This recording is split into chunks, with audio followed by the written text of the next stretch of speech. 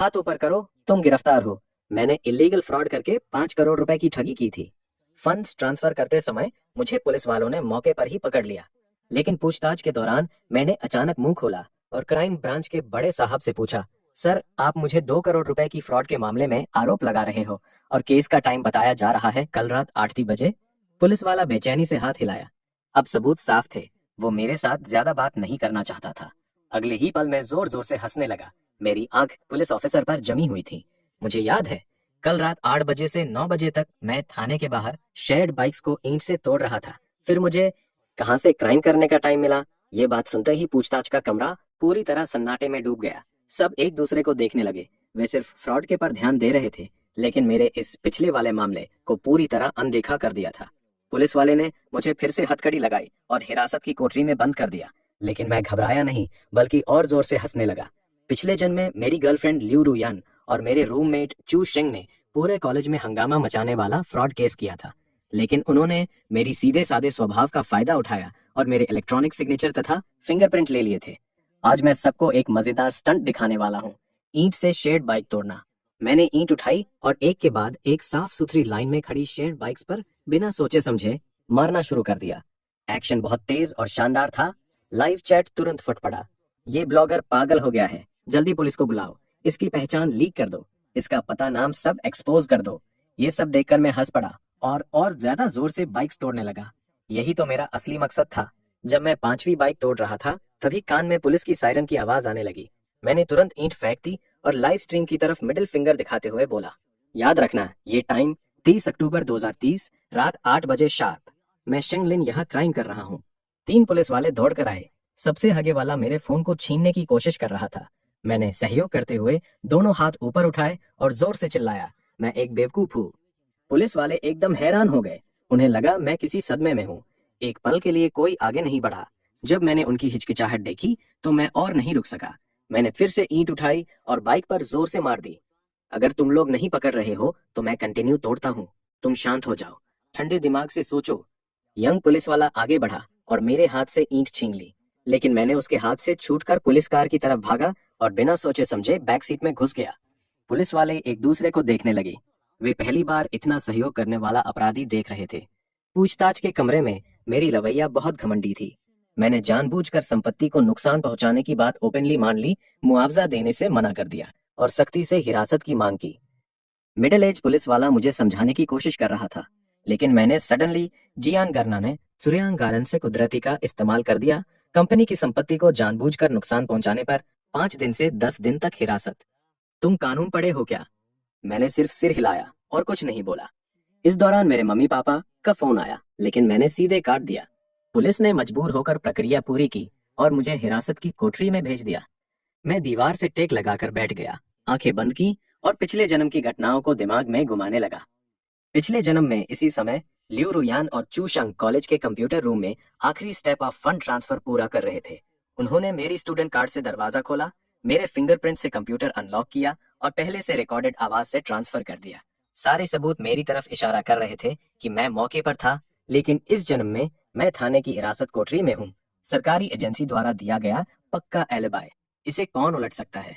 मैं hard bed पर late गया, सोने की कोशिश कर रहा था, लेकिन सडनली मेरी मम्मी की आवाज कान में पड़ी। वो हिरासत कोठरी का दरवाजा धक्का देकर अंदर आई और मुझे जोर से गले लगा लिया। मेरी मम्मी मुझे कसकर गले लगाए हुए थी, उनका शरीर कांप रहा था। मेरे पापा भी जल्दी से झुककर सबको माफी मांगने लगे।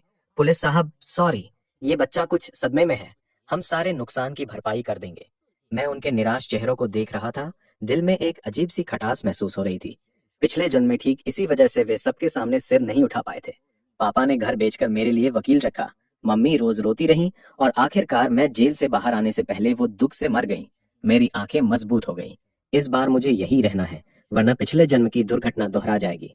जब पुलिस ने मुझे छोड़ने की प्रक्रिया शुरू की, मैं सडनली खड़ा हो गया और खाली कोने की तरफ इशारा करके जोर से चिल्लाया, मैं वापस नहीं जाऊंगा। वो मुझे जबरदस्ती कर रहा है, वो लगातार मुझे फॉलो कर रहा है। आप लोग नहीं देख रहे हो क्या? मेरी इस हालत को देखकर मम्मी मुंह पर हाथ रखकर रोने लगी। पापा गुस्से और निराशा से कांप रहे थे और पुलिस से बार बार माफी मांग रहे थे। साहब, ये बच्चा दिमागी तौर पर परेशान हो गया है, वो नॉर्मली ऐसा नहीं है। मैंने इसी वाक्य का फायदा उठाया और पुलिस की तरफ चिल्लाया, मुझे मानसिक समस्या है, मुझे मानसिक जांच चाहिए। मेरा अभिनय और ज्यादा पागलों जैसा हो गया। मैंने दोनों हाथ सिर पर रखे जगह पर घूमने लगा और बार बार बड़बड़ा रहा, कोई मुझे मारना चाहता है। पुलिस वाले एक दूसरे को देखने लगे। यंग पुलिस वाला मुझे शांत करने की कोशिश कर रहा था, लेकिन मैंने उसे जोर से धक्का दे दिया। मुझसे दूर रहो, तुम सब एक ही गिरोह हो। मम्मी पूरी तरह टूट गईं और जमीन पर बैठकर फूट फूट कर रोने लगी। उनकी हताश हालत देखकर भी मैंने कोई परवाह नहीं की। जब पापा मुझे जबरदस्ती खींचने आए, मैं पुलिस के पीछे छिप गया और फाड़ कर चिल्लाया, बचाओ, मुझे बचाओ, ये लोग मुझे। माहौल काबू में करने के लिए पुलिस को मजबूरन मेरे मम्मी पापा को बाहर ले जाना पड़ा, लेकिन वे नहीं गए। पूछताछ कमरे के बाहर बेंच पर बैठकर इंतजार करने लगे। एक महिला पुलिस वाला ने मुझे गर्म पानी का कप दिया और समझाने लगी, लेकिन मैंने कप हाथ से झटक दिया और बोला, मुझसे दूर रहो। इसके बाद पुलिस ने मुझे समझाने की कोशिश पूरी तरह छोड़ दी। तभी बाहर से मम्मी की बेचैन आवाज आई, मुझे अंदर जाने दो, मैं अपने बेटे से मिलना चाहती हूँ। अगले पल मम्मी ने दरवाजा धक्का करके अंदर आ गई और मुझे खींचकर बाहर ले जाने लगी। बेटा, मम्मी के साथ चलो, हम डॉक्टर के पास चलते हैं। मैंने मम्मी को जोर से धक्का दे दिया और पुलिस के पीछे छिप गया। पापा ने गिरती हुई मम्मी को संभाला। उनकी आंखों में निराशा और दर्द साफ दिख रहा था। मेरा दिल एक पल के लिए पिघल गया, लेकिन मैंने तुरंत उस भावना को दबा दिया। मेरी नजर दीवार की घड़ी पर गई। घड़ी ठीक 800 तक पर थी। जैसे ही सुई ने कदम बढ़ाया, मुझे लगा जैसे कोई जंजीर टूट गई हो। पिछले जम की दुर्घटना दूसरे समय रेखा पर हो रही थी, लेकिन इस जम में मैं मौके पर नहीं था। मैं सडनली चुप हो गया, पूरी तरह शांत और सामान्य हो गया। सर, मैं थक गया हूँ, मैं कबूल करता हूँ, कृपया मुझे हिरासत में ले लो। ये अचानक बदलाव देखकर सब हैरान रह गए। अभी तक मैं पागलों जैसा बर्ताव कर रहा था और अब सडनली इतना शांत। शेंगलिन, तुम आखिर क्या खेल खेल रहे हो?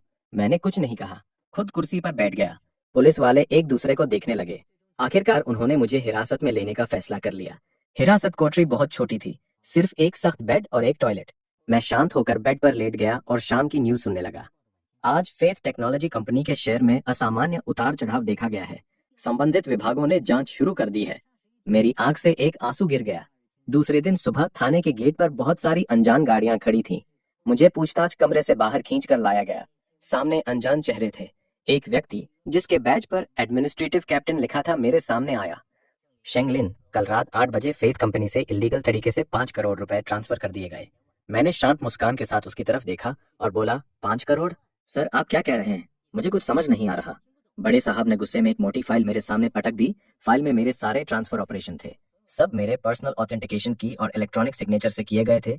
मेरा दिमाग एक पल के लिए खाली हो गया। अगले ही पल बाहर से तेज नॉकिंग की आवाज आई। दरवाजा खुला तो लियो रुयान और चू शेंग अंदर आए। उनके पीछे मेरे मम्मी पापा भी थे।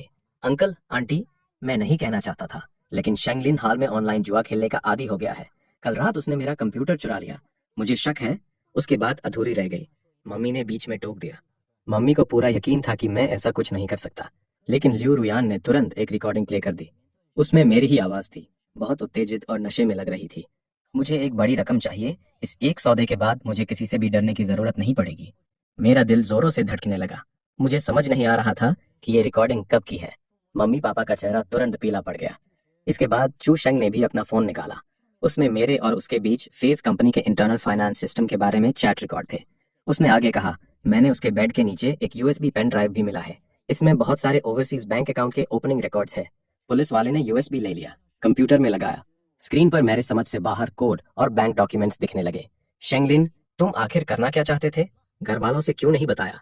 मैं कुछ समझाना चाहता था, लेकिन गला कुछ भी नहीं निकाल पा रहा था। तभी बड़े साहब मेरे मम्मी पापा के पास गए और गंभीर स्वर में पूछा, शेंगलिन के माता पिता है ना? कल रात आपको कोई डेट कलेक्शन का फोन आया था क्या? मम्मी ने सिर हिलाया। उनकी आंखों से आंसू बहने लगे। कल रात उन्हें सच में एक फोन आया था जिसमें कहा गया था कि मैं 3 करोड़ रुपए का कर्जदार हूँ। लियो रियान तुरंत बीच में बोल पड़ी, अंकल आंटी, शेंगलिन का ये अजीब बर्ताव तो चोर की तरह है ना? सारी चीजें अब एकदम फिट बैठ रही हैं। सबूत इतने परफेक्ट तरीके से जुड़ गए थे कि आखिरी निष्कर्ष सिर्फ एक ही था, मैं ही वो बड़ा फाइनेंशियल फ्रॉडस्टर हूँ। मम्मी ये सुनकर लड़खड़ा गई और बेहोश हो गई। पापा ने उन्हें संभाला, लेकिन उनकी आंखों में मेरे लिए सिर्फ निराशा और दर्द था। उस पल मेरे अंदर का सारा दर्द और गुस्सा फूट पड़ा। मैं खुद को रोक नहीं पाया। मैंने कुछ नहीं किया, मैंने सच में कुछ नहीं किया। बड़े साहब खड़े हो गए और मेरे हाथों में हथकड़ी डाल दी। एक रात में मैं छोटे मोटे जान अपराधी से 5 करोड़ रुपए के बड़े आर्थिक अपराध का मुख्य आरोपी बन गया। उन सबूतों को और बेहोश मम्मी को देखकर मेरा दिल जोरों से कस रहा था। मैंने 4 साल कानून पढ़ा था। मुझे पता था इलेक्ट्रॉनिक सिग्नेचर और की का कानूनी प्रभाव कितना खतरनाक होता है। पिछले जन्म में मैं इसी पर हार गया था। कोई भी सफाई बेकार लग रही थी। थोड़ी देर बाद पूछताछ कमरे का दरवाजा खुला। मेरे सबसे सम्मानित टीचर अंदर आए। उन्होंने मुझे देखा तो उनकी आंखों में सिर्फ निराशा और हैरानी थी। शेंगलिन, तुम ऐसे कैसे हो गए? मैंने सिर झुका लिया। उनकी आंखों में देखने की हिम्मत नहीं हुई। सिर्फ धीरे से बुदबुदाया, मैंने कुछ नहीं किया। मेरे सिग्नेचर और की चोरी हो गए थे। पुलिस वाला ठंडी हंसी हंसा और मेरी बात पर यकीन नहीं किया। मैं शरीर सिकोड़कर बैठ गया। किसी को नहीं देखना चाहता था, लेकिन आंसू खुद ब खुद बहने लगे। मैंने सच में वो काम नहीं किया। कृपया मुझे विश्वास कीजिए। टीचर ने गहरी सांस ली और मुड़कर चले गए। देखते ही नए बड़े साहब ने हाथ हिलाया और मुझे बाहर ले जाने का इशारा किया। मुझे बड़े आर्थिक फ्रॉड केस में फॉर्मल इन्वेस्टिगेशन के तहत शनचिया सान के करने के तहत मिल लिया गया। पुलिस मुझे बाहर ले जा रही थी ट्रांसफर के लिए। बाहर पहले से ही बहुत सारे रिपोर्टर इंतजार कर रहे थे। जैसे ही मैं बाहर निकला, उन्होंने अपने कैमरे और माइक मेरे चेहरे पर तान दिए। शेंगलिन साहब, कृपया बताइए, आपने ऐसा क्यों किया? मैंने कुछ जवाब नहीं दिया, लेकिन मेरे पीछे लिu रुयान और चू शेंग ने रिपोर्टरों से बात करना शुरू कर दिया। हम शेंगलिन के माता पिता के प्रति गहरी सहानुभूति रखते हैं। हम उम्मीद करते हैं कि कानून हर अपराधी के साथ निष्पक्ष और सही फैसला करेगा। मुझे भीड़ के बीच से धकेल कर ले जाया जा रहा था। चमकती लाइट्स मेरी आंखों में पड़ रही थीं। जैसे ही मुझे पुलिस कार में डाला जा रहा था, मैंने सडनली सिर उठाकर उस एडमिनिस्ट्रेटिव कैप्टन की तरफ देखा और पूछा, सर, मैं एक बार फिर कंफर्म कर लूं, केस का टाइम कल रात 8 बजे था ना? एडमिनिस्ट्रेटिव कैप्टन ने बेचैनी से सिर हिलाया और मुझे जोर से कार में धकेला। सबूत साफ है, फिर भी यहाँ बहस कर रहे हो? मैं हंस पड़ा। लेकिन कल रात 8 बजे से 9 बजे तक मैं थाने के बाहर शेयर्ड बाइक्स तोड़ रहा था ना? पूछताछ कमरे में मेरी इस एक बात से हवा में तनाव भर गया। क्राइम ब्रांच के बड़े साहब का हाथ बीच में ही रुक गया। उनका चेहरा बहुत खराब हो गया। उन्होंने मुझे घूरा, जैसे मेरे चेहरे पर कोई कमी ढूंढ रहे हो। तुम क्या कह रहे हो? कल रात 8 बजे तुम थाने के बाहर बाइक्स तोड़ रहे थे? मैंने कुछ नहीं कहा, सिर्फ कुर्सी की पीठ पर टेक लगाकर बैठ गया। मेरे हाथ लाइट के नीचे चमक रहे थे। मैंने सिर टेढ़ा करके उन्हें देखा, जैसे कोई तमाशा देख रहा हूं। बड़े साहब ने कुर्सी पीछे धकेली और पूछताछ कमरे से बाहर निकल गए। उन्होंने टेक्नीशियन को थाने के मुख्य गेट का सीसीटीवी फुटेज निकालने को कहा। 3 मिनट बाद स्क्रीन पर मैं दिखाई दिया। वीडियो में मैं ईंट लेकर शेयर्ड बाइक्स पर मार रहा था।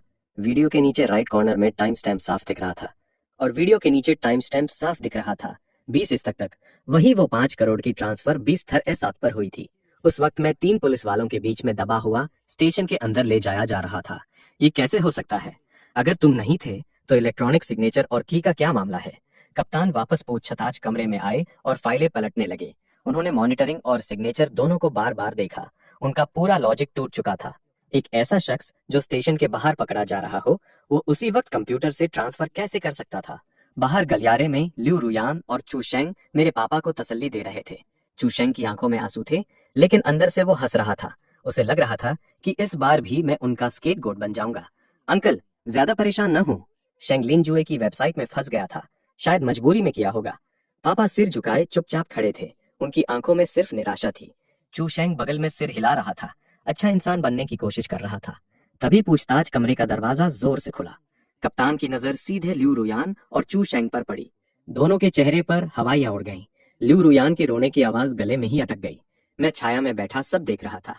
उनके चेहरों से मुस्कान गायब होती जा रही थी और आंखों में धीरे धीरे डर फैल रहा था। मुझे कुछ बोलने की जरूरत नहीं थी। कानून के सामने सबूत ही बोलते हैं। कल रात पुलिस स्टेशन के गेट पर साइकिल तोड़ना मेरे लिए एक ऐसा अनब्रेकेबल अलाई बर्फा था जो कोई नहीं तोड़ सकता।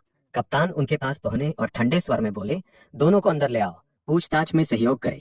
लिu रुयान के हाथ कांपने लगे।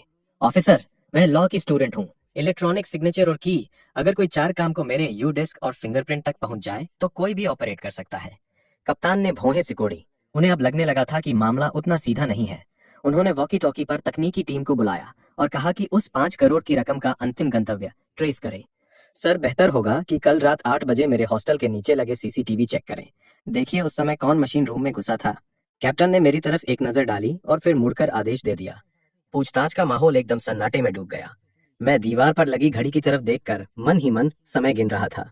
पिछले जन्म में भी इन्होंने ठीक उसी वक्त का फायदा उठाकर सब कुछ मेरे नाम कर दिया था। जल्द ही एक पुलिस वाले ने दरवाजा खोला और कैप्टन के कान में कुछ फुसफुसाया। कैप्टन का चेहरा शक से भरकर अब गंभीर हो गया। मॉनिटरिंग में साफ दिख रहा था कि कल रात 8 बजे एक कैप वाली व्यक्ति मशीन रूम में घुसा था। उसका कद काठी मुझसे मिलता जुलता था, लेकिन उसके पैरों में छू संगीत लिमिटेड एडिशन वाली स्नीकर्स थी। मैं कुर्सी पर बैठा मन ही मन ठंडा मुस्कुराया। छू संग सबसे ज्यादा शो ऑफ करता था। वो जूते पूरे कॉलेज में सिर्फ एक जोड़ी थे। वो उन्हें बदलने की हिम्मत भी नहीं कर सकता था। सर, लाओ रुयन ने जो रिकॉर्डिंग दी है उसकी भी जांच कर लीजिए। कल रात 8 बजे मैं पुलिस स्टेशन के गेट पर कार तोड़ रहा था। वहां सिर्फ सायरन की आवाजें थीं। अगर उसकी रिकॉर्डिंग में सायरन की आवाज नहीं है तो वो रिकॉर्डिंग फर्जी है। कैप्टन अचानक उठ खड़े हुए। उन्हें एहसास हो गया था कि मैं जो भी डिटेल बता रहा हूँ वो सारा सबूत दूसरे दो लोगों की तरफ इशारा कर रहा है। वे पूछताछ कक्ष से बाहर निकले और सीधे लॉ रुयन के पास गए।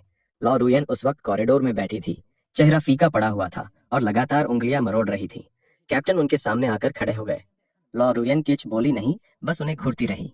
लॉ रुयन को देखकर रोंगटे खड़े हो गए। वो बिना सोचे समझे चंसों के पीछे छिपने लगी। लॉ थुमशा, उस रिकॉर्डिंग के बारे में हमें टेक्निकल जांच करनी होगी। कृपया अपना फोन हमें दे दीजिए। सर, मेरा फोन थोड़ी देर पहले गिर गया था, शायद खराब हो गया है। ये इतना घटिया बहाना था कि पुलिस के सामने खुद ब खुद फंस गया। कैप्टन ने सीधे उसका फोन छीन लिया और पास खड़े टेक्नीशियन को दे दिया।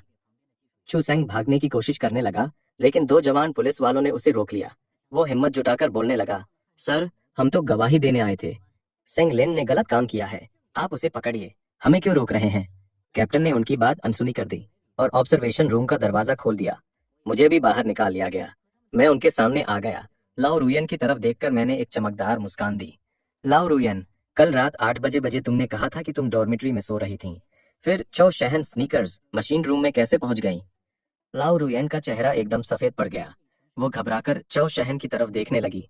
उसकी आंखों में अविश्वास भरा हुआ था।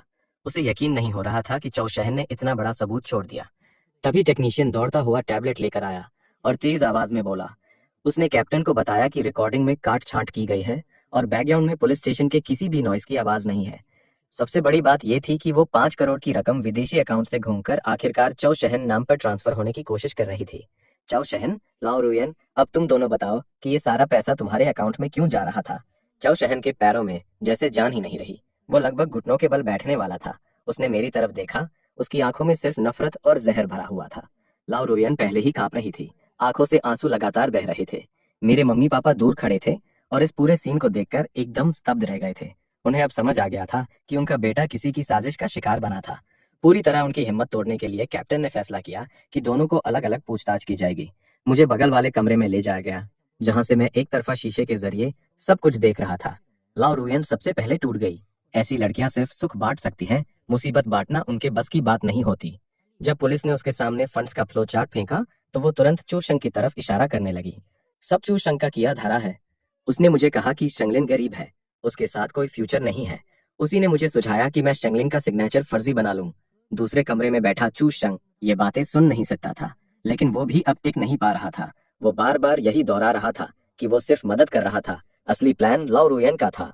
लाओ रुयन ने ही कहा था कि शंगलिन पैसा कमाना चाहता है, इसलिए मैंने कोड लिख दिया। मुझे सच में नहीं पता था कि ये फ्रॉड है। मैं शीशे के पीछे से उन दोनों को देख रहा था जो अब एक दूसरे पर इल्जाम लगा रहे थे। मेरे मन में ना तो दया थी ना अफसोस, सिर्फ एक गहरी तृप्ति और खुशी थी। पिछले जन्म में भी इन्होंने कोर्ट में ठीक यही किया था। सारे गुनाह मेरे सिर पर थोप दिए थे। कैप्टन कमरे में आए और मुझे एक गिलास पानी थमा दिया। उनकी नजर में अब शक की जगह प्रशंसा और थोड़ी हैरानी थी। शेंगलिन, तुम्हें पता था कि ये लोग तुम्हें फंसाना चाहते हैं, फिर भी तुमने पहले पुलिस को क्यों नहीं बताया? क्यों सीधे गेट पर जाकर कार तोड़ी? सर, अगर मैं पहले रिपोर्ट करता तो ये लोग कहते कि मैं पागल हो गया हूँ। सिर्फ तभी जब मैं खुद अपराधी बन जाता तभी आप लोग इतनी गहराई से जांच करते। बड़े साहब चुप हो गए। उन्हें पता था कि मैं सच बोल रहा हूँ। अगर उस एब्सोल्यूट एलिबाई के बिना होता तो इस समय मैं पहले ही सजा सुन चुका होता। तभी टेक्निकल टीम से मैसेज आया। चू शेंग के पर्सनल कंप्यूटर में अभी डिलीट न किया गया ओरिजिनल ट्रांसफर लॉग मिला, साथ ही मेरी आवाज की नकल करने वाला एआई मटेरियल भी। सारे फेक एविडेंस टेक्निकल शवदान के सामने बिल्कुल बारीक पाउडर में बदल गए। लिू रुयान और चू शेंग विटनेस से सस्पेक्ट बन गए। मैं इंक्वायरी रूम से बाहर निकला।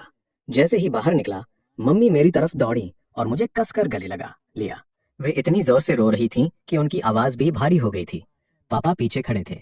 उन्होंने आंखों के कोने पहुंचे और मुझे हल्का सा सिर हिलाकर इशारा किया। सुबह की धूप पुलिस स्टेशन के हॉल में आ रही थी। लिू रुयान और चू शेंग को हथकड़ी लगाकर डिटेंशन सेंटर ले जाया जा रहा था। हॉल से गुजरते समय लिू रुयान ने मेरी तरफ देखा। उनकी आंखों में सिर्फ केंचू भरा हुआ था। शेंगलिन, मैं गलत हो गई। हमारे 3 साल के रिश्ते के नाम पर कृपया मुझे मदद कर दो ना।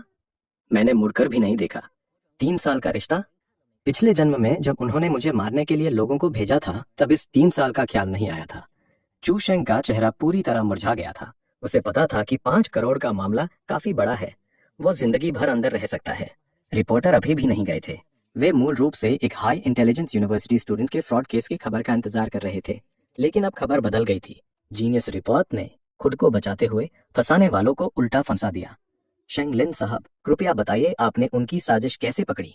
क्या आपने बाइक्स तोड़कर सच में एलिबाई बनाया था? मैंने कैमरे की तरफ देखा और मम्मी पापा का हाथ पकड़ लिया। मैंने डिटेल्स नहीं बताए, सिर्फ कैमरे की तरफ मुस्कुराया। कानून एक अच्छे आदमी को कभी नहीं सताएगा, लेकिन एक बुरे आदमी को कभी नहीं छोड़ेगा। मैंने सिर्फ वही किया जो मुझे करना चाहिए था। बड़े साहब मेरे पास आए और मेरे कंधे पर थपकी दी। उन्होंने बताया कि वो 5 करोड़ रुपए पूरी तरह फ्रीज कर दिए गए हैं और कंपनी की तरफ से थैंक यू लेटर आएगा। शेंगलिन, तुम्हारा ये तरीका हमें इंटरनल ट्रेनिंग के लिए कई सालों तक काफी होगा। फुर्सत हो तो आकर हमें लॉ की क्लास ले लेना। मैंने सिर हिलाया और मम्मी पापा को लेकर पुलिस स्टेशन से बाहर निकल गया। मेन गेट पर वो सारी बाइक्स जो मैंने तोड़ी थी अब साफ कर दी गई थी। स्टेशन से निकलकर मैंने पहले मम्मी पापा को गेस्ट हाउस छोड़ा। हालांकि सच सामने आ चुका था, लेकिन स्कूल के फोरम में मेरा नाम पूरी तरह बदनाम हो चुका था। मैंने काउंसलर के घर जाकर आराम करो वाले सुझाव को जूजा कर दिया और सीधे टैक्सी लेकर स्कूल वापस आ गया। स्कूल गेट पर सिक्योरिटी गार्ड ने मुझे अजीब नजरों से देखा। उसके हाथ में मेरी फोटो वाली नोटिस थी। वो रोकना चाहता था, लेकिन हिम्मत नहीं हो रही थी। मैंने उसे इग्नोर किया और सीधा डॉर्मेटरी एरिया की तरफ बढ़ गया। रास्ते में जो भी क्लासमेट मिल रहे थे वे रास्ता छोड़ देते थे। 3-4 के ग्रुप में खड़े होकर मुझे देखते और फुसफुसाते। उनकी आवाजें कम थीं, लेकिन मेरे कान में घुस रही थीं। देखो, वही है, सुना है 5 करोड़ की फ्रॉड की है। इतनी जल्दी कैसे छूट गया? जरूर कोई पावरफुल बैकिंग होगी। चेहरा तो साफ सुथरा है, लेकिन दिल कितना काला है। मैं बिना भाव के चेहरा रखते हुए चलता रहा। यह सब बातें पिछले जन्म की तुलना में तो कुछ भी नहीं थी। पिछले जन्म में जब मुझे ले जाया जा रहा था, तब लोग मेरे ऊपर सड़े अंडे फेंक रहे थे। डॉर्मेटोरी बिल्डिंग के नीचे पहुंचकर मैंने देखा कि कुछ वर्कर्स सामान निकाल रहे थे। वो छू शेंग और ल्यू रेयान का सामान था। स्कूल ने उन्हें निकालने का ऑर्डर दे दिया था। हॉस्टल वार्डन आंटी ने मुझे देखा तो पहले कुछ कहने वाली थी, लेकिन मेरे पीछे 2 प्लेन क्लोथ्स पुलिस वाले देखकर वे तुरंत अपने ड्यूटी रूम में घुस गईं। मैं अपने रूम में पहुंचा। रूम पूरी तरह अस्त व्यस्त था। चूशेंग के कंप्यूटर टेबल पर अभी भी टेक्निकल गॉड वाला स्टिकर चिपका हुआ था। मैंने ठंडी हंसी हंसकर अपना सामान पैक करना शुरू कर दिया। तभी रूम का दरवाजा खुला। चूशेंग के साथ घूमने वाले कुछ लड़के अंदर आए। सबसे आगे वाला लड़का वांग कियांग था। उसके हाथ में बास्केटबॉल था और वो मुझे थियोकने वाली नजरों से देख रहा था। मैंने अपना काम रोक दिया और उसकी तरफ मुड़ा। ये सब लड़के चूशेंग के छोटे छोटे फेवर्स से खरीदे हुए थे। उन्हें असली सच की कोई जानकारी नहीं थी। अगर तुम्हें लगता है कि मैंने उन्हें फंसाया है, तो तुम पुलिस स्टेशन जाके हियरिंग की रिक्वेस्ट कर सकते हो, या फिर अभी पुलिस को कॉल करके मुझे गिरफ्तार करवा लो। वांग क्यांग मेरी बात सुनकर एक पल के लिए अटक गया। उसका चेहरा लाल हो गया। उसने हाथ में बास्केटबॉल उठाया जैसे मारने वाला हो। मेरे पीछे खड़े प्लेन क्लोथ्स पुलिस वाले ने खांस कर आगे बढ़ने का इशारा किया। वांग क्यांग डर गया। बास्केटबॉल उसके हाथ से छूटकर मेरे पैरों के पास गिर गया। मैंने बास्केटबॉल को पैर से दबाया और उसकी आंखों में देखा। वो मौत देख चुके इंसान वाली नजर थी। वांग क्यांग खुद ब खुद कुछ कदम पीछे हट गया। वांग कियांग और उसके दोस्त चुपचाप चले गए। मैंने बास्केटबॉल को बाहर लात मारकर फेंक दिया और दरवाजा बंद कर लिया। 2 प्लेन क्लोथ्स पुलिस वाले चेयर पर बैठ गए। वे आगे की इन्वेस्टिगेशन के लिए थे। मैं चूशेंग के बेड के नीचे गैप्स में खोजने लगा। पिछले जन्म में मुझे पता था कि उसकी आदत है इंपॉर्टेंट अकाउंट पासवर्ड्स को छोटे पेपर स्लिप्स पर लिखकर ऐसे जगह छिपा देता है जहां कोई ध्यान न दे।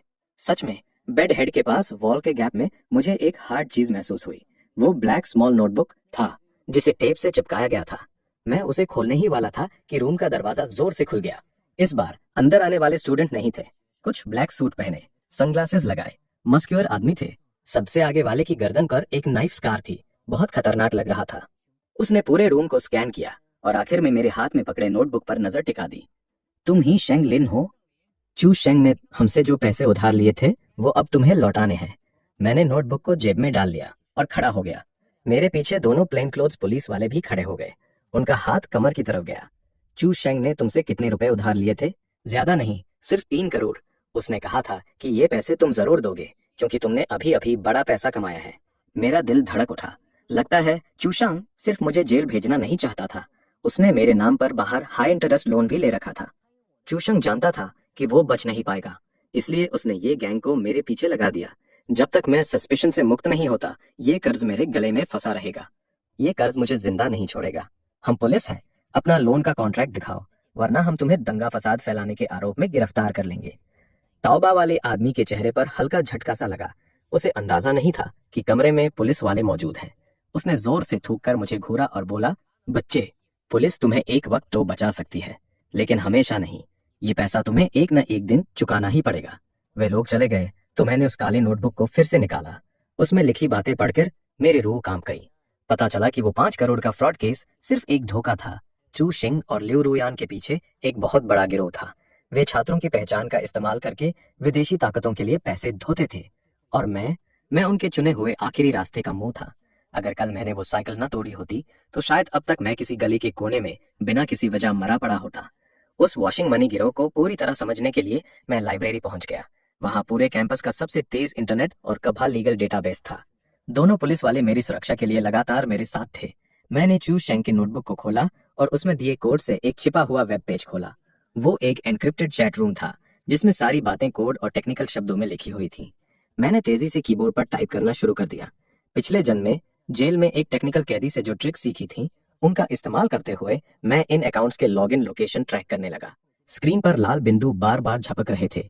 आखिरकार वे एक जगह स्थिर हो गए, स्कूल के पीछे वाली गली में स्थित एक इंटरनेट कैफे में। वो जगह हमारे कॉलेज के स्टूडेंट सबसे ज्यादा इस्तेमाल करते थे। जैसे ही मैं और गहराई में जाना चाह रहा था, अचानक कंप्यूटर स्क्रीन ब्लैक हो गई और लाल रंग में एक लाइन उभर आई, तुम हद पार कर गए हो। मैंने तुरंत पावर प्लग खींच लिया। दिल जोरों से धड़क रहा था। दूसरे पक्ष को मेरी मौजूदगी का पता चल गया था। इसका मतलब था कि गिरोह में कोई बहुत बड़ा टेक्निकल एक्सपर्ट है और वो शायद स्कूल के आसपास ही मुझे नजर रख रहा था। मैं पुलिस वालों के साथ लाइब्रेरी से बाहर निकला। बाहर अंधेरा छा चुका था। स्ट्रीट लाइट्स की पीली रोशनी में मैं डॉर्मेट्री की तरफ जा रहा था, लेकिन लगातार यह एहसास हो रहा था कि कोई मुझे पीछे से घूर रहा है। जैसे ही मैं एक छोटे से जंगल वाले हिस्से के पास पहुंचा, अचानक एक काला साया तेजी से गुजरा। पुलिस वाले तुरंत उसके पीछे दौड़ पड़े और मुझे वहीं रुकने को कहा। मैं लाइट के नीचे खड़ा था, हाथ में उस काले नोटबुक को कसकर पकड़े हुए। तभी मेरा फोन बज उठा। एक अनजान नंबर था। हेलो, शेंग लिन, मुझे बचा लो, वे लोग मुझे मार डालेंगे। फोन पर लिu रूथियान की रोती हुई आवाज आ रही थी, साथ ही किसी चीज से दरवाजा तोड़ने की आवाजें भी। तुम कहाँ हो? तुम तो पुलिस स्टेशन में होनी चाहिए थी ना। मुझे मेडिकल ग्राउंड पर बाहर निकाल लिया गया था, लेकिन रास्ते में किसी ने मुझे अगवा कर लिया। चू शेंग मर चुका है, अब तुम्हारी बारी है। फोन अचानक कट गया, सिर्फ तेज बीप की आवाज रह गई। मैं खाली सड़क को देख रहा था, मेरी पीठ पर ठंडा पसीना बह रहा था। ये साफ था कि ये एक जाल था। उन्होंने जानबूझकर लिu रुयान से मुझे फोन करवाया था ताकि मैं बाहर निकल आऊं। मैंने बिना इधर उधर भागे तुरंत जीन कैप्टन को फोन लगा दिया और बताया कि केस अब पहले से कहीं ज्यादा गंभीर हो चुका है। आधे घंटे बाद मैं वापस पुलिस स्टेशन पहुंच गया। कैप्टन ने मैंने दिया हुआ नोटबुक देखा तो उनकी भौहें सिकुड़ गई। चू शेंग सच में मर गया। अभी अभी जेल से खबर आई है कि वॉक के दौरान उसे अचानक हार्ट अटैक आ गया। मुझे पता था कि ये कोई एक्सीडेंट नहीं था, ये साफ साफ मर्डर था। चू शेंग को बहुत कुछ पता था, इसलिए उन्होंने इंतजार नहीं किया। मैंने कैप्टन को बताया कि लिu रुयान ने मुझे फोन किया था और कहा था कि उसे अगवा कर लिया गया है, ये जाल हो सकता है। कैप्टन ने तुरंत सहमति जताई और पीछे वाली गली के इंटरनेट कैफे की तलाशी शुरू कर दी। मैंने खुद पेशकश की कि मैं लालच का काम करूंगा। वे लोग इस नोटबुक को चाहते हैं, अगर मैं कैफे में दिख गया तो वे जरूर एक्शन लेंगे। कैप्टन ने थोड़ा सोचा, फिर मान गए। उन्होंने मुझे बुलेट प्रूफ जैकेट पहनाई और मेरे शरीर पर माइक्रो ट्रैकर और लिसनिंग डिवाइस लगा दिया। रात के 11 बजे मैं अकेला उस पीछे वाली गली के इंटरनेट कैफे में घुसा। अंदर सिगरेट का धुआं भरा हुआ था और कीबोर्ड की आवाजें हर तरफ से आ रही थी। मैंने एक कोने में बैठकर वो काला नोटबुक सबसे नजर आने वाली जगह पर रख दिया। मैं नाटक करते हुए गेम खेल रहा था, लेकिन मेरी नजर पूरे कैफे पर थी। कुछ देर बाद एक हुड वाली जैकेट पहने आदमी मेरे पीछे आकर बैठ गया। उसने कंप्यूटर ऑन नहीं किया, बस मोबाइल में कुछ देख रहा था। 10 मिनट बाद वो उठा और टॉयलेट की तरफ जाने लगा। मेरे पास से गुजरते वक्त उसकी जेब से एक कागज का टुकड़ा मेरे कीबोर्ड पर गिर गया। उस पर लिखा था, लिu रुयान को बचाना है तो पीछे वाले दरवाजे पर आओ। मैंने गहरी सांस ली, नोटबुक उठाई और पीछे वाले दरवाजे की तरफ बढ़ गया। लिसनिंग डिवाइस में कैप्टन की आवाज आई, शांत रहना, हम आसपास ही हैं। दरवाजा खोलते ही एक कचरे से भरा गली नजर आई। गली के आखिर में एक काली ब्रेड वैन खड़ी थी जिसके शीशे पूरी तरह काले थे। वैन का दरवाजा खुला और एक मास्क लगाए आदमी ने हाथ बढ़ाकर इशारा किया कि नोटबुक फेंक दो। लिu रुयान कहाँ है? मुझे उसे देखना है। आदमी ने थोड़ा साइड किया। मैंने देखा कि लिu रुयान सीट पर बंधी हुई थी, मुंह में कपड़ा ठुंसा हुआ था और उसकी आंखों में सिर्फ डर और बेबसी थी। जैसे ही मैं आगे बढ़ा, गली के मुहाने से अचानक कई मोटरसाइकिलें तेजी से निकली और सीधे मेरी तरफ झपटी। मोटरसाइकिलों की तेज आवाज चारों तरफ गूंज रही थी। मैंने खुद को बचाने के लिए एक तरफ कूदकर गार्बेज बिन के पीछे छिपा लिया। 2 पुलिस वाले अंधेरे से निकलकर मोटरसाइकिल सवारों से भिड़ गए। पूरी गली में अफरा तफरी मच गई। काली वैन ने मौका देखते ही इंजन स्टार्ट कर दिया। टायरों ने जमीन पर तेज आवाज करते हुए सफेद धुआं छोड़ा। मैंने बिना सोचे समझे दौड़ लगाई और वैन के पिछले दरवाजे का हैंडल पकड़ लिया। दरवाजा पूरी तरह बंद नहीं था। मैं अपना आधा शरीर वैन के अंदर झुला दिया। मैंने साइड में घूमकर बचते हुए उसे एक जोरदार मुक्का जड़ दिया। कार का अंदर का स्पेस बहुत छोटा था। हम दोनों आपस में उलझ गए। तभी पीछे से पुलिस की सायरन की आवाज आई। कई पुलिस गाड़ियां ब्रेड वैन को घेरने और रोकने की कोशिश कर रही थीं। ड्राइवर साफ पागल था। न सिर्फ उसने स्पीड कम नहीं की, बल्कि आगे की रेलिंग की तरफ सीधा गाड़ी चढ़ा दी, जैसे दोनों को साथ में मार डालना चाहता हो। ठीक टकराने वाले पल में मैंने लियू रुयान को कसकर अपनी बाहों में भर लिया और उसका सिर अपनी छाती से लगा लिया। भीषण झटका लगा। कार की खिड़कियां चूर चूर हो गईं, ब्रेड वैन पलट गई और सब कुछ चकरा गया। मेरे कानों में सिर्फ भनभनाहट रह गई थी। मैंने किसी तरह आंखें खोली तो देखा कि मास्क वाला आदमी टूटी हुई खिड़की से बाहर निकलने की कोशिश कर रहा था। उसके हाथ में मेरा वो काला कॉर्ड नोटबुक था। वो एकमात्र सबूत था। उसे किसी भी हाल में जाने नहीं देना था। दर्द सहते हुए मैंने झटके से उसका टखना पकड़ लिया। उसने घूमकर मुझे देखा। नजरों में खूनी गुस्सा था। उसने जमीन से एक पत्थर उठाया और मेरे सिर पर दे मारने को हुआ। पत्थर का वार नहीं गिर सका। ठीक उसी पल कैप्टन की गोली चली। गोली ने मास्क वाले के कलाई को छूते हुए निकल गई। पत्थर जमीन पर गिरा और उसकी आवाज पुलिस की सायरन में गुम हो गई। मैंने काला नोटबुक अपनी मुट्ठी में कसकर पकड़े रखा, तब तक जब तक पुलिस वाले मुझे बिगड़ी हुई कार से बाहर नहीं खींच ले गए। लियू रुयान सीट बेल्ट नहीं बांधे होने की वजह से बुरी तरह घायल हो गई थी। उसका सिर फट गया था और खून बह रहा था। वो स्ट्रेचर पर लेटी हुई करहा रही थी। मुझे भी अस्पताल ले जाया गया। शरीर पर कई जगह चोटें थीं, लेकिन होश पूरी तरह साफ था। डॉक्टर जब मेरी पट्टी कर रहे थे, मैंने वो काला नोटबुक कैप्टन को सौंप दिया। नोटबुक में उनके सारे लेन देन के रिकॉर्ड थे। साथ ही स्कूल के पीछे वाले इंटरनेट कैफे में चू शेंग के लॉग इन लॉग भी थे। कैप्टन ने नोटबुक लेते हुए गंभीर चेहरा बना लिया। उन्होंने बताया कि मास्क वाला आदमी प्रोफेशनल गुंडा था, जो खास तौर पर बकाया वसूलने और बदले लेने का काम करता था। मेरी वजह से बड़ी कामयाबी मिली थी, इसलिए दो सादे कपड़े वाले पुलिस वाले मेरे वार्ड के दरवाजे पर 24 घंटे पहरा देने लगे। ठीक बगल वाले वार्ड में लियू रुयान भर्ती थी। आधी रात को लियू रुयान के माता पिता अस्पताल पहुंच गए। उन्होंने अपनी बेटी की हालत देखने की बजाय गलियारे में जोर जोर से चिल्लाना शुरू कर दिया और पुलिस से मांग करने लगे कि उनकी बेटी को छोड़ दिया जाए। हमारी बेटी तो पीड़िता है, उसे सेंट लिंग ने धमकाया था, इसलिए वो सहयोग कर रही थी। तुम लोग उसे क्यों पकड़े हुए हो? मैं बिस्तर पर लेटा लेटा बाहर की इस शोर को सुन रहा था। ये बातें मुझे पिछले जन्म में भी सुनाई दी थीं। बस उस वक्त ये लोग मुझे ही गालियां दे रहे थे। तभी कैप्टन दरवाजा खोलकर अंदर आए। उनके हाथ में एक नोटिस था, लियू रुयान की बैल आउट रद्द करने का आदेश। लियू रुयान पर सबूत करने, मनी लॉन्ड्रिंग और फरार होने की कोशिश का आरोप था। नोटिस पूरा होते ही उसे वापस जेल भेज दिया जाएगा। लियू रुयान की मां की रोने चिल्लाने की आवाज अचानक बंद हो गई। मैं खिड़की के बाहर अंधेरी रात को देखते हुए मन ही मन बहुत शांत था। ये सिर्फ उनके दिए गए दर्द का पहला कदम था। काले नोटबुक की सारी जानकारी क्रैक कर ली गई। उसमें न सिर्फ चू शंकाई के सबूत थे, बल्कि स्कूल के लॉ कॉलेज के एक एसोसिएट प्रोफेसर यानी मेरे उसी मेंटर के भी सबूत निकले। असल में मेंटर छात्रों के इलेक्ट्रॉनिक सिग्नेचर का इस्तेमाल करके विदेशी जुआ वेबसाइट्स पर हजारों छोटे छोटे अकाउंट्स खुलवा रहा था। चू शंक उसका टेक्निकल ब्रेन था और लियू रुयान उसकी कनेक्शन वाली लड़की। जब ये खबर स्कूल पहुंची तो पूरा कैंपस हिल गया। जिन छात्रों ने पहले मुझे गालियां दी थीं, अब वे सब चुप्पी साध गए। स्कूल ने तुरंत एक इमरजेंसी मीटिंग बुलाई। मैं तभी घायल होने की वजह से वीडियो कॉल के जरिए शामिल हुआ। मीटिंग रूम में मेंटर बीच में बैठा था। चेहरा सफेद पड़ गया था, लेकिन फिर भी हिम्मत दिखाने की कोशिश कर रहा था। ये अकाउंट मेरी जानकारी के बिना खुले रहे। शायद छात्रों ने मेरी आईडी की चोरी करके इस्तेमाल किया होगा। मैंने स्क्रीन पर उसे घूरते हुए सीधा एक ऑडियो क्लिप प्रोजेक्ट कर दी। वो वही रिकॉर्डिंग थी जिसमें वो चू शेंग को निर्देश दे रहा था। सर, आपने हमें हमेशा सिखाया था कि कानून के सामने कोई भी छूट नहीं होती। इस रिकॉर्डिंग की वॉइस प्रिंट को आप कैसे एक्सप्लेन करेंगे? मीटिंग रूम में सन्नाटा छा गया। मेंटर की आंखें टेबल पर गिर गईं और वो उन्हें उठाने तक नहीं कर पाया। इसी बीच वो सारे हाई इंटरेस्ट लोन वाले गुंडे भी पकड़े गए। उन्होंने कबूल किया कि 3 लाख का वो प्रॉमिसरी नोट चू शेंग ने ही फर्जी बनवाया था, सिर्फ इस मकसद से कि मुझे आत्महत्या करने पर मजबूर कर दिया जाए। सारे झूठे इल्जाम लोहे जैसे सबूतों के सामने धूल में मिल गए। स्कूल प्रशासन ने तुरंत मेरी साख बहाल कर दी और मेंटर चू शेंग तथा लियू रुयान को स्कूल से निकालने का ऐलान कर दिया। मैंने स्क्रीन पर देखा कि जिन लोगों को पहले बहुत ताकतवर समझा जाता था, अब उन्हें पुलिस हथकड़ियां लगाकर ले जा रही थी। मैंने गहरी सांस ली। न्याय भले ही देर से आए, लेकिन मैंने खुद उसे खींच कर ला दिया था। लियू रुयान को वापस जेल भेज दिया गया। मनी लॉन्ड्रिंग की रकम बहुत बड़ी थी। हालांकि उसने कुछ सहयोग किया था, फिर भी उसे 10 साल से ज्यादा की सजा होने वाली थी। उसके माता पिता ने उसे बचाने के लिए घर की सारी प्रॉपर्टी और गाड़ियां बेच दी, ताकि रकम लौटाकर सजा कम करा सके। जब मैं मुलाकात के कमरे में पहुंचा ल्यू रुयान के लंबे बाल कट चुके थे। वो साधारण ग्रे जेल के कपड़े पहने हुए थी। उसने मेरी तरफ देखा। उसकी आंखों में अब पहले जैसा घमंड नहीं था, सिर्फ गहरी पछतावा था। शैंक कोबल, लिन्ना, अगर तुम माफीनामा पर साइन कर दो तो मेरे मम्मी पापा बाकी सारा पैसा तुम्हें दे देंगे। मैंने ठंडे स्वर में कहा, क्या तुम्हें लगता है कि मुझे वो थोड़ा बहुत पैसा चाहिए?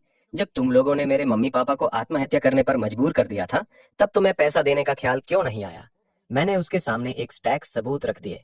वो चैट रिकॉर्ड्स थीं जिसमें वो चू शेंग के साथ प्लान कर रही थी कि जेल से बाहर आने से पहले मेरे सारे सबूत कैसे मिटा दिए जाए। पैसा मैं पहले भी नहीं देख पाया था, लेकिन अब सच्चाई साफ दिख रही है। तुम चू शेंग से प्यार नहीं करती थी, तुम सिर्फ पैसों से प्यार करती थी। लिू रू यान उन रिकॉर्ड्स को देखकर सिर से पैर तक कांपने लगी। उसे पता चल गया कि उसका आखिरी पत्ता भी फट चुका है। माफीनामा मैं कभी नहीं साइन करूंगा। जेल से बाहर निकलते ही मेरे फोन पर बैंक का कॉल आ गया। लिू परिवार पर अवैध फंडिंग का शक होने की वजह से उनके सारे अकाउंट फ्रीज कर दिए गए थे। उसके माता पिता रातों रात सम्मानित व्यापारियों से बदलकर हर किसी के मुंह पर थूकने लायक धोखेबाज बन गए। उन्होंने पुलिस स्टेशन के बाहर मेरा रास्ता रोक लिया और घुटनों के बल बैठकर माफी मांगने लगे। मैंने बिना कुछ कहे उन्हें चक्कर काटकर निकल लिया, यहाँ तक कि सिर भी नहीं घुमाया। बुरे लोगों की सजा सिर्फ जेल नहीं होती, उन्हें वो सबसे कीमती चीज भी खोनी पड़ती है जो उन्हें सबसे ज्यादा प्यारी होती है, यानी उनकी इज्जत और दौलत दोनों को पूरी तरह छीन लिया जाता है। मेंटर का केस कोर्ट में आया। ये मामला करोड़ों रुपए का था, इसलिए पूरे प्रांत में चर्चा का विषय बन गया। प्री ट्रायल रूम में मेंटर अपनी कानूनी जानकारी का इस्तेमाल करके कोई न कोई लूप होल ढूंढने की कोशिश कर रहा था। उसने दावा किया कि इलेक्ट्रॉनिक सिग्नेचर हैक होने की आशंका है, लेकिन मैं पहले से ही तैयार था। मैंने चू शेंग के नोटबुक से मिले कोड की मदद से हर फंड ट्रांसफर का असली फिजिकल पाथ रिक्रिएट कर लिया था। सारे पाथ सीधे मेंटर के ऑफिस के आईपी एड्रेस की तरफ इशारा कर रहे थे। जब कैप्टन ने वो सबूत उसके सामने पटक दिए तो वो कुर्सी पर पूरी तरह ढह गया। उसने जो कानूनी किला इतने सालों में खड़ा किया था, उसे मैं, उसका सबसे पसंदीदा छात्र, ने खुद तोड़ दिया। आपने जिंदगी भर कानून पढ़ाया और आखिर में खुद कानून की खामियों में घुसने की कोशिश की। शेंग लिन ने जो सबूत दिए हैं वो काफी है कि आप रिटायरमेंट तक अंदर रह जाएं। उसे और भी ज्यादा निराशा तब हुई जब पता चला कि उसके सालों से प्रकाशित पेपरों में भारी मात्रा में फर्जीवाड़ा था। सब कुछ छात्रों का खून चूस कर लिखा था। उसकी पूरी अकादमिक प्रतिष्ठा शून्य हो गई। मैं कोर्ट की गैलरी में बैठा था। जब उसे पुलिस वाले ले जा रहे थे तो वो मेरे पास से गुजरते हुए धीरे से पूछा, तुमने ऐसा फैसला क्यों लिया? सर, ये आपकी आखिरी क्लास थी जो आपने मुझे सिखाई। गलत काम करने पर सजा जरूर मिलती है। कोर्ट से बाहर निकलते समय धूप बहुत तेज थी। मेरे मम्मी पापा स्कूल के गेट पर मेरा इंतजार कर रहे थे। अब वे सीना तान कर चल सकते थे, किसी की तरफ आंखें नीची करके नहीं।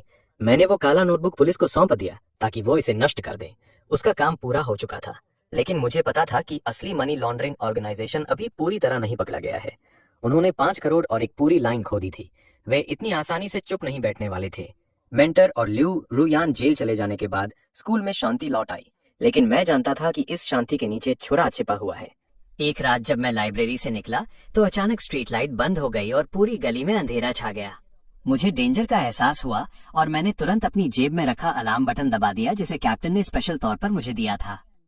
अंधेरे में नाइट विजन गॉगल्स पहने कुछ लोग तेजी से मुझे घेरने लगे। उनके हाथों में इलेक्ट्रिक शॉक स्टिक्स थीं और उनके मूवमेंट्स काफी प्रोफेशनल थे। मैं पैनिक नहीं हुआ, बल्कि लाइब्रेरी के गेट पर लगे पिलर्स की आड़ लेते हुए हॉस्टल की तरफ भागा। एक गुंडा मुझ पर झपटा, लेकिन मैं साइड हट गया और अपने बैग से उसके सिर पर तगड़ा प्रहार किया। मैं भागते हुए चिल्लाया कि आग लग गई है। हॉस्टल की लाइटें जलने लगी और स्टूडेंट्स खिड़कियों से बाहर झांकने लगे। ये देख हमलावर वहां ज्यादा देर रुकने की हिम्मत नहीं कर पाए और बिना नंबर प्लेट वाली बाइक पर फौरन फरार हो गए।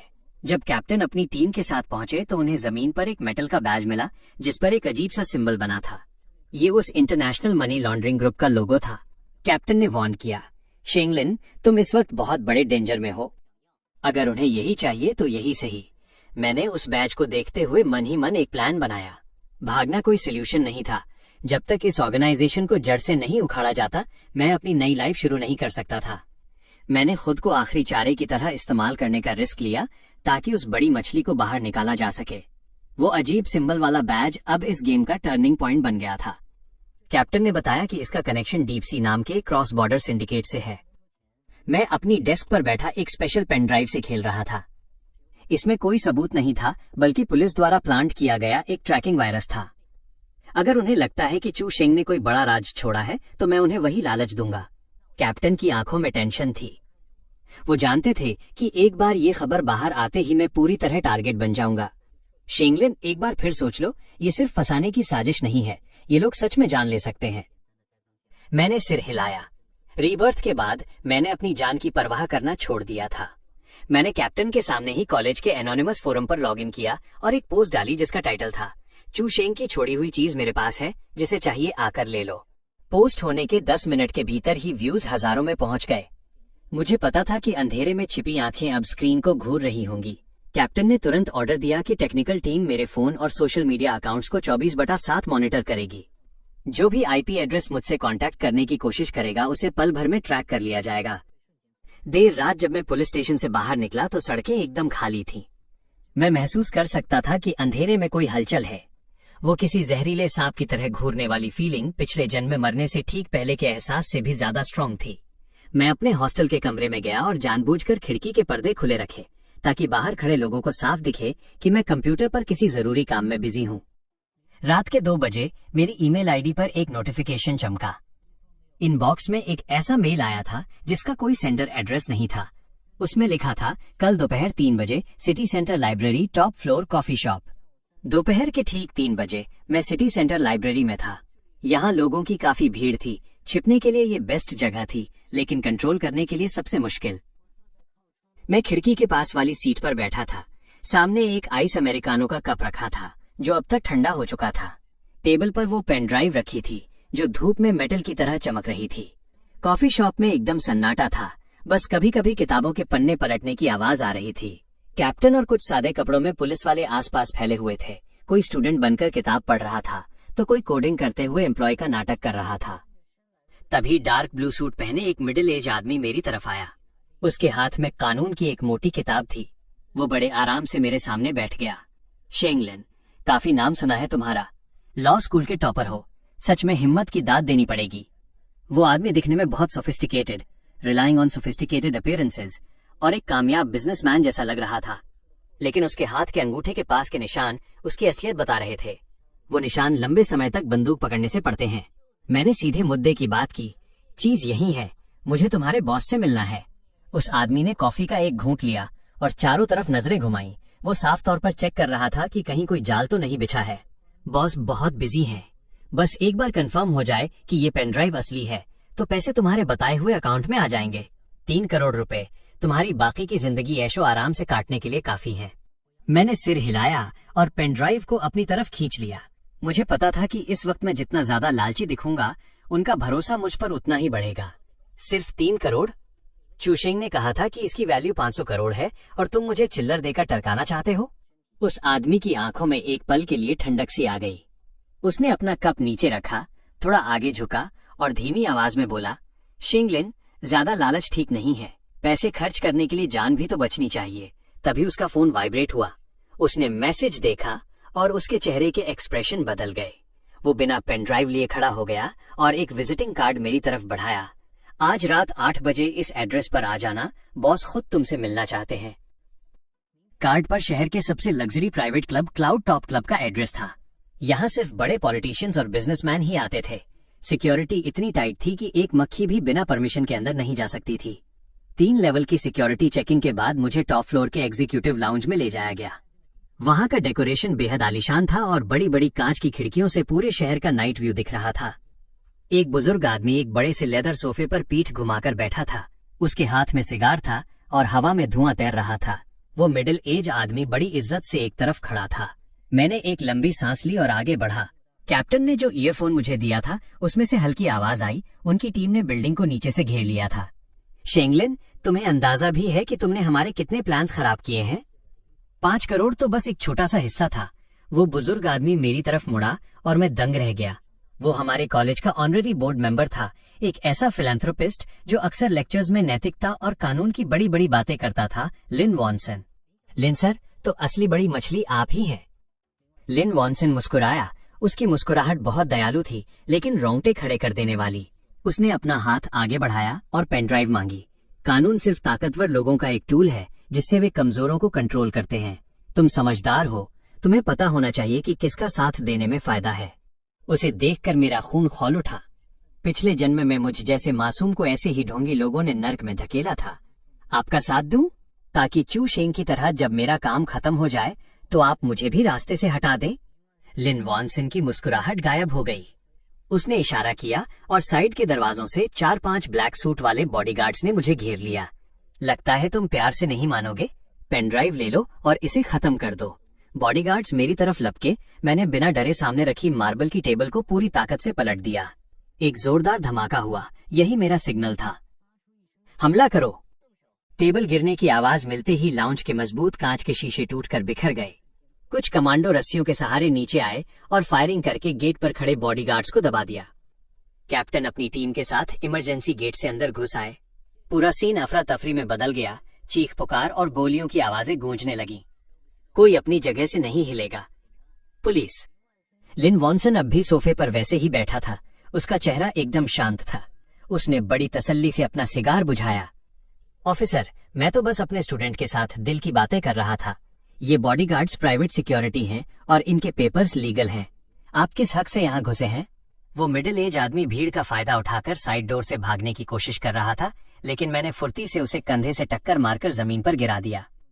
लिन सर, क्या दिल की बातें करने के लिए सिग्नल जैमर जैसे डिवाइसेस की जरूरत पड़ती है? मैंने चाय की टेबल के नीचे से एक छोटा सा ब्लैक बॉक्स निकाला। ये वही सिग्नल जैमर था जिसे उन्होंने वहां प्लांट किया था। पर उन्हें क्या पता था कि कैप्टन की technical team latest quantum encrypted communication use कर रही है। कैप्टन लिन वॉनसन के सामने गए और अरेस्ट वारंट दिखाते हुए बोले, लिन वॉनसन, आप पर इंटरनेशनल मनी लॉन्ड्रिंग और मर्डर की साजिश रचने का शक है।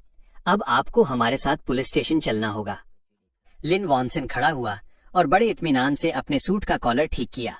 उसने मेरी तरफ देखा। उसकी आंखों में गहरी नफरत और शातिरपन था। शेंगलिन, तुम्हें लगता है मुझे पकड़ लेने से सब खत्म हो गया? ये तो बस अभी ट्रेलर है, असली खेल बाकी है। जैसे ही उसे हथकड़ी लगाकर लाउंज से बाहर ले जाया गया, बाहर मीडिया का जमावड़ा लग चुका था। कल तक जो महान समाज सेवक बना फिरता था, आज कैमरों की फ्लैशलाइट्स में एकदम लाचार दिख रहा था। मैंने उसे पुलिस वैन में जाते हुए देखा, लेकिन मेरा मन अब भी शांत नहीं था। कैप्टन ने मुझे चुपके से बताया कि लिन वॉनसन के कंप्यूटर का सारा ट्रांजैक्शन डेटा ठीक 5 मिनट पहले ऑटोमेटिकली डिलीट हो गया है। पूछताछ के कमरे में लिन वॉनसन ने एक शब्द भी नहीं बोला। गलियारे में उसके वकीलों की फौज जमा थी, एक से बढ़कर एक top class lawyers. Technical team पसीने पसीने हो रही थी। लिन वॉनसन की हार्ड डिस्क में मिलिट्री ग्रेड का सेल्फ डिस्ट्रक्ट सिस्टम लगा था। अगर उसे जबरदस्ती डिकोड करने की कोशिश की जाती तो सारा डेटा खुद ब खुद जलकर राख हो जाता। वह बुढ़ा बहुत शातिर था। बिना किसी डायरेक्ट एविडेंस के हम उसे ज्यादा से ज्यादा 48 घंटे ही कस्टडी में रख सकते थे। मैं बाहर से कांच के जरिए उसे देख रहा था। लिन को शायद पता था कि मैं वहां हूं। उसने कांच की तरफ देखकर एक अजीब और डरावनी मुस्कान दी। तभी मुझे याद आया कि चू शेंग की उस डायरी में कुछ धुंधले से नंबर्स लिखे थे। वो किसी लोकेशन के कोऑर्डिनेट्स या शायद कोई डेट लग रही थी। मैं तुरंत रिकॉर्ड रूम भागा और उस डायरी की फोटोकॉपी निकाली। 2,02,31,024। वो तो कल की तारीख थी और उसके आगे 2 शब्द लिखे थे, सेलिंग। सेलिंग का मतलब ट्रांजैक्शन नहीं बल्कि शिपमेंट था। मैं कैप्टन के केबिन में घुसा और डायरी टेबल पर पटक दी। कैप्टन, लिन वॉनसन इतना बेफिक्र इसलिए है क्योंकि उसका सबसे इंपॉर्टेंट माल अभी तक पोर्ट से निकला ही नहीं है। उसकी ट्रेडिंग कंपनी चेक कीजिए। क्या कल रात कोई प्रिसिजन इंस्ट्रूमेंट्स का एक्सपोर्ट होने वाला है? कैप्टन ने तुरंत फोन घुमाया और डिटेल्स कंफर्म की। 5 मिनट बाद जब उन्होंने फोन रखा तो उनका चेहरा सफेद पड़ चुका था। एक विदेशी झंडे वाला मालवाहक जहाज कल रात 8 बजे रवाना होने वाला है। डिक्लेरेशन फॉर्म में लिखा है कि उसमें हाई वैल्यू इलेक्ट्रॉनिक कंपोनेंट्स हैं। मैं सब समझ गया। मनी लॉन्ड्रिंग तो बस एक जरिया था। उनका असली मकसद इन फर्जी व्यापारों के जरिए करोड़ों की काली कमाई को लीगली विदेश भेजना था। अगर वो जहाज निकल गया तो लिन वॉनसन विदेश में मजे करेगा और हमारे हाथ कभी उसके असली बही खाते नहीं लगेंगे। मैं पुलिस स्टेशन की छत पर गया। हवा बहुत तेज थी। मुझे पता था कि आखिरी जंग कल रात समंदर की लहरों पर होगी। जहाज के निकलने में अब सिर्फ 6 घंटे बचे थे। मैं पुलिस की गाड़ी में बैठा खिड़की से बाहर देख रहा था। कैप्टन लगातार फोन पर इमरजेंसी सर्च वारंट के लिए प्रेशर डाल रहे थे। दूसरी तरफ पुलिस स्टेशन में लिन वॉनसन के वकील ने बेल की अर्जी पुलिस के सामने रख दी थी। मेरे क्लाइंट की तबीयत ठीक नहीं है और आपके पास कोई ठोस सबूत नहीं है। कानून के हिसाब से आपको इन्हें छोड़ना होगा। लिन वॉनसन खड़ा हुआ और अपनी आस्तीन ठीक की। उसके चेहरे पर एक विनर वाली स्माइल थी, जैसे उसे साफ दिख रहा हो कि उसका जहाज अब इंटरनेशनल बॉर्डर्स की तरफ बढ़ रहा है। उधर पोर्ट पर समंदर की हवा बहुत तेज थी। मैं कमांडो टीम के साथ उस विशाल जहाज वॉयज के सामने खड़ा था। कंटेनर्स के ढेर लोहे के पहाड़ों जैसे लग रहे थे। कैप्टन, लिन की बेल में कितना टाइम है? ज्यादा से ज्यादा 1 घंटा। अगर इस 1 घंटे में हमें कुछ नहीं मिला तो वो हमेशा के लिए आजाद हो जाएगा। मैं गाड़ी से कूदा, हाथ में डायरी की फोटोकॉपी थी। उसमें दिए कोऑर्डिनेट्स बंदरगाह के बिल्कुल आखिरी छोर की तरफ इशारा कर रहे थे। वहां के एक एडमिनिस्ट्रेटर ने हमें रोकने की कोशिश की। वो घबराया हुआ था और बार बार उन कंटेनर्स की तरफ देख रहा था। सर, ये रूल्स के खिलाफ है। बिना ऊपर के ऑर्डर्स के कोई माल चेक नहीं कर सकता। मैंने उसकी बात अनसुनी कर दी और सीधा कंटेनर नंबर THX09 की तरफ बढ़ा। अगर डायरी का कोड सही था तो लिन वॉनसन के सारे राज यहीं दफन थे। उसी वक्त लिन वॉनसन अपने वकीलों के साथ शान से पुलिस स्टेशन से बाहर निकला। उसने मीडिया के सामने अपनी टाई ठीक की और वही पुराना समाज सेवक वाला मुखौटा पहन लिया। ये सब एक गलत फहमी थी। मुझे कानून पर पूरा भरोसा है। तभी पोर्ट पर क्रेन की भारी आवाज गूंजी। कंटेनर THX09 को उठाकर नीचे खाली जगह पर रखा गया। कैप्टन ने ताजा मिले सर्च वारंट के साथ उसकी सील तोड़ दी। जैसे ही कंटेनर के दरवाजे खुले, अंदर लकड़ी के बड़े बड़े बॉक्स भरे हुए थे जिन पर लिखा था प्रिसिजन मेडिकल इंस्ट्रूमेंट्स। मैं कंटेनर के अंदर गया। वहां मशीन के तेल की हल्की गंध आ रही थी। मैं बिल्कुल गहराई में गया और एक लोहे की रॉड से लकड़ी के एक बॉक्स को खोल दिया। अंदर सच में इंस्ट्रूमेंट्स थे, लेकिन उनके बेस की मोटाई कुछ ज्यादा ही लग रही थी। मैंने जोर से धक्का दिया तो बेस अपनी जगह से सरक गया और नीचे एक छुपा हुआ कंपार्टमेंट दिखने लगा। उस कंपार्टमेंट में कोई सोना या कैश नहीं था, बल्कि एक छोटा सा सर्वर और असली बही खातों के ढेर थे। कैप्टन, मिल गया। मैंने सर्वर की स्क्रीन ऑन की जिस पर रियल टाइम में पैसों के लेन देन का डेटा चल रहा था। हर एक पैसे का हिसाब साफ था और सबका एंड पॉइंट लिन वॉनसन का विदेशी अकाउंट ही था। सबसे बड़ी बात, उन बही खातों में लिन वॉनसन और विदेशी गैंग के बीच के हाथ से लिखे एग्रीमेंट्स थे। कैप्टन ने तुरंत वॉकी टॉकी निकाला। उनकी आवाज एक्साइटमेंट से कांप रही थी। लिन वॉनसन को रोको, सबूत मिल गए हैं, उसे अभी गिरफ्तार करो। पुलिस स्टेशन के गेट पर लिन वॉनसन का एक पैर अपनी रोल्स रॉयस के अंदर था। तभी पुलिस वाले सीढ़ियों से दौड़ते हुए आए और उसे सीधे कार के दरवाजे पर दबोच लिया। तुम लोग ये क्या कर रहे हो? ये गैर कानूनी है, मैं तुम्हारी शिकायत करूंगा। लिन वॉनसन अब भी छटपटा रहा था। उसका सोने का चश्मा जमीन पर गिर गया और पुलिस वाले के जूतों के नीचे आकर चकनाचूर हो गया। लिन वॉनसन, हमने पोर्ट पर तुम्हारा पर्सनल सर्वर और असली बही खाते बरामद कर लिए हैं, अब क्या कहोगे? लिन वॉनसन का चेहरा सफेद से अब राख जैसा हो गया था। फोन पर पोर्ट की तस्वीरें देखते ही उसका शरीर बिल्कुल ढीला पड़ गया। उसी वक्त जेल में बंद ल्यू रुयान ने भी ये न्यूज लाइव देखी। वो बेंच पर ही ढेर हो गई। उसे उम्मीद थी कि लिन वॉनसन उसे बाहर निकाल लेगा, पर अब सब खत्म हो चुका था। बगल वाले कमरे में प्रोफेसर पागलों की तरह दरवाजा पीट रहा था। उसे पता था कि लिन वॉनसन के पकड़े जाते ही उसका खेल खत्म है और उसे मौत की सजा भी हो सकती है। मैं पोर्ट की ठंडी हवाओं के बीच खड़ा था और देख रहा था कि कैसे उन बही खातों को एक एक करके पुलिस की गाड़ियों में भरा जा रहा है। इस बार तुम में से कोई नहीं बचेगा। लिन वॉनसन को वापस इंटरोगेशन रूम लाया गया। इस बार न तो उसके वकील चिल्ला रहे थे और न ही उसके पास कोई पावर बची थी। वो एक बूढ़े चोर की तरह कुर्सी पर दुबक कर बैठा था। जब मैं पुलिस स्टेशन वापस आया तो उसे हाई सिक्योरिटी सेल की तरफ ले जाया जा रहा था। उसने एक पल के लिए सिर उठाकर मुझे देखा। उस रसूखदार प्रोफेसर से उसका सारा सम्मान छीन लिया गया था। अब उसकी बाकी जिंदगी जेल में ही बीतने वाली थी। मैं जेल के विजिटिंग रूम में ल्यू रुयान से आखिरी बार मिलने गया। कांच के उस पार वो इतनी दुबली हो गई थी कि पहचानी भी नहीं जा रही थी। शेंगलिन, प्लीज पुराने दिनों के नाम पर मुझे कुछ पैसे भेज दो ना। मेरे पेरेंट्स बर्बाद हो चुके हैं और अब सड़कों पर हैं।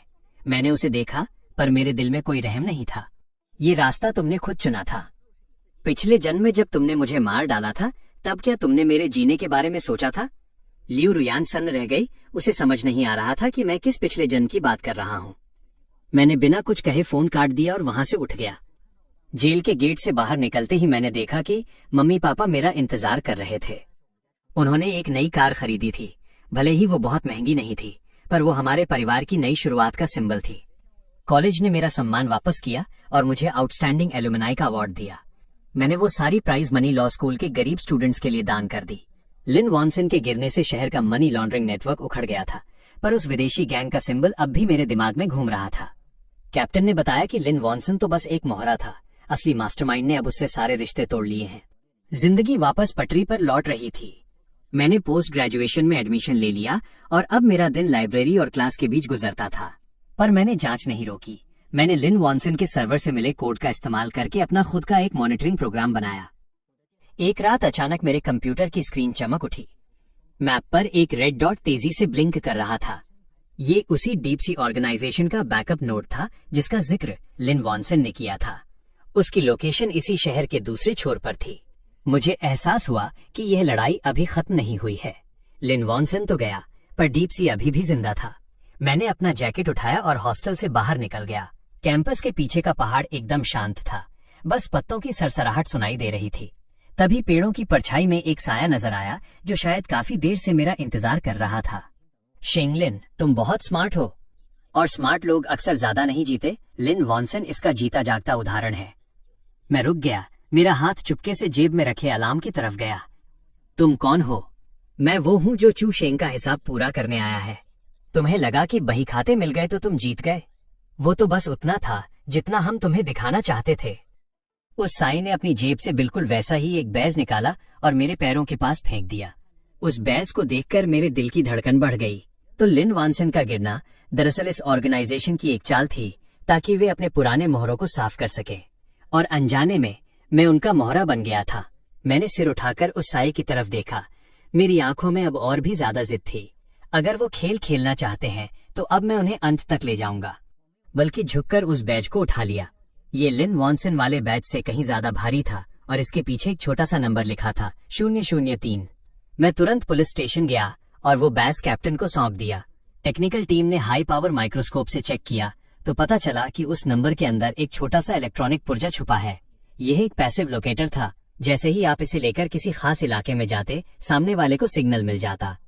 मुझे एहसास हुआ कि वो साया मुझे मारने नहीं बल्कि मार्क करने आया था। वे जानना चाहते थे कि मेरे पीछे कोई और बड़ा खिलाड़ी तो नहीं है। अब जब वे ट्रैकिंग का खेल खेलना चाहते थे तो हमने रिवर्स ट्रैकिंग करने का फैसला किया। मैंने टेक्निकल टीम से कहकर उस बैज में एक फीडबैक पल्स डलवा दिया।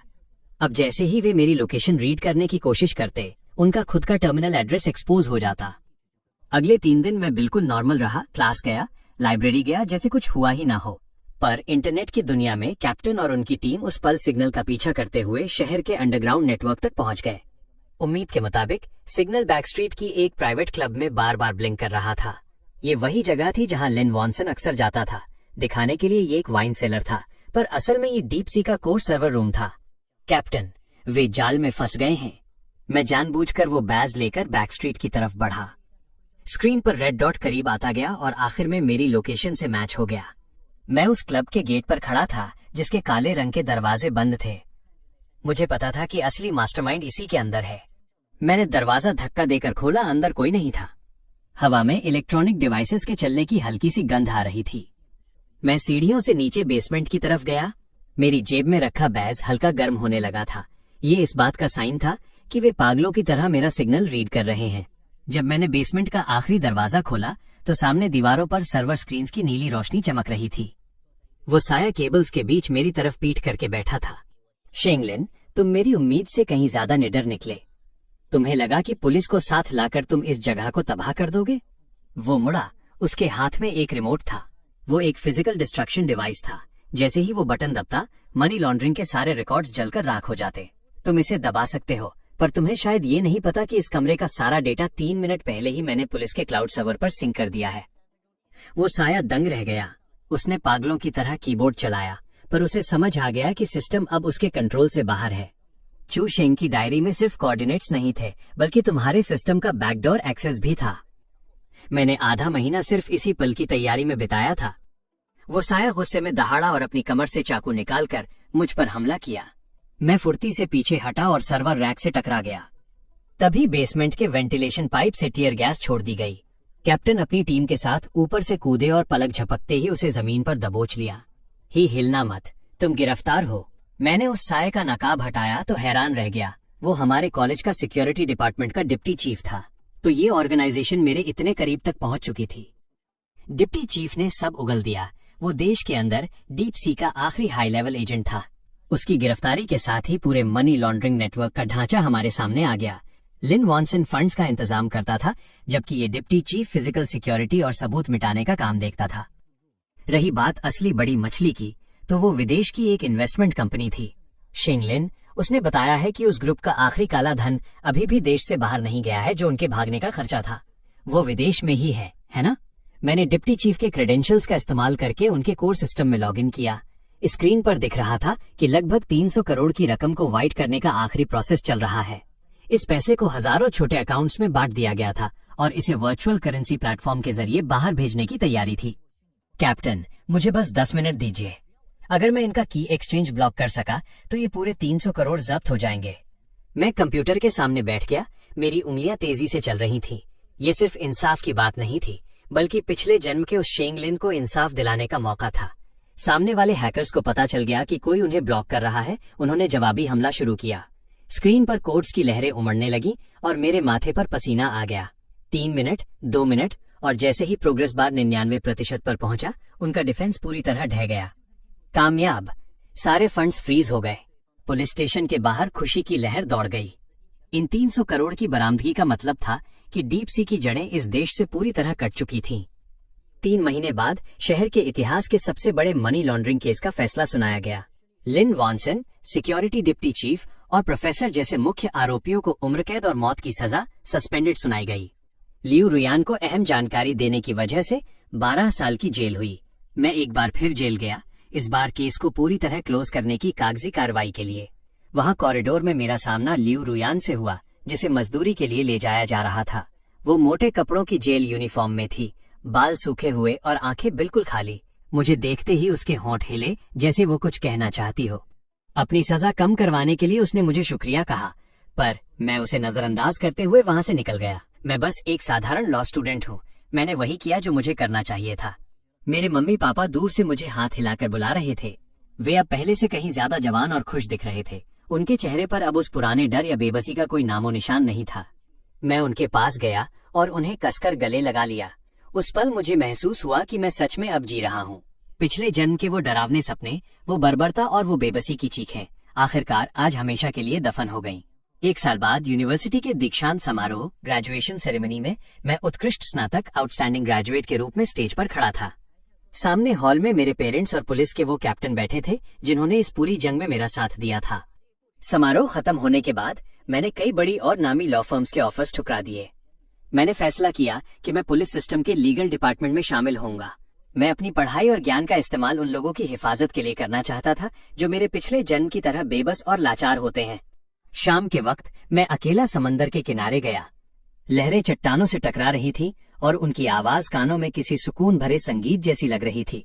मैंने अपनी जेब से वो डीप सी वाला पुराना बैज निकाला जो अब बेकार हो चुका था और उसे पूरी ताकत से समंदर की लहरों में फेंक दिया। उसे पानी में डूबते हुए देख मैंने एक लंबी और सुकून की सांस ली। सारी बुराई, धोखा और दर्द उस बैज के साथ समंदर की गहराइयों में समा गए। तभी मेरे फोन की घंटी बजी। कैप्टन का मैसेज था कि एक नए केस में उन्हें मेरी लीगल एडवाइस चाहिए। बस अभी पहुंचा। मैं मुड़ा और ढलते सूरज की रोशनी में अपनी कार की तरफ चल दिया। सूरज की रोशनी मेरी परछाई को बहुत लंबा और सीधा बना रही थी। इस बार मैं उजाले की तरफ बढ़ रहा था और मैंने पीछे मुड़कर नहीं देखा। इंसाफ में शायद कभी देर हो सकती है, लेकिन जब तक कोई हिम्मत दिखाकर खड़ा होने वाला मौजूद है, इंसाफ कभी हार नहीं सकता।